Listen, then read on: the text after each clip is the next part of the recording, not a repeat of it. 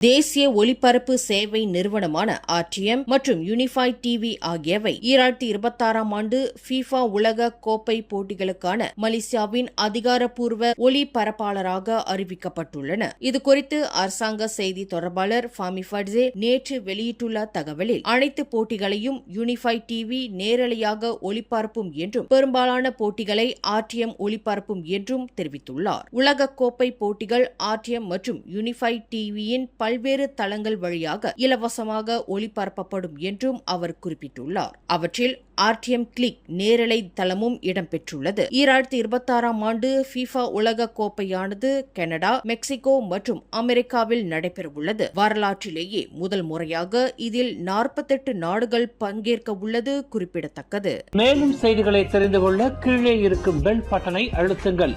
உங்கள் மகிழ்ச்சியை வெளிப்படுத்த லைக் மற்றும் ஷேர் செய்யுங்கள். தொடர்ந்து திசைகளோடு இணைந்திருக்க சப்ஸ்கிரைப் செய்யுங்கள்.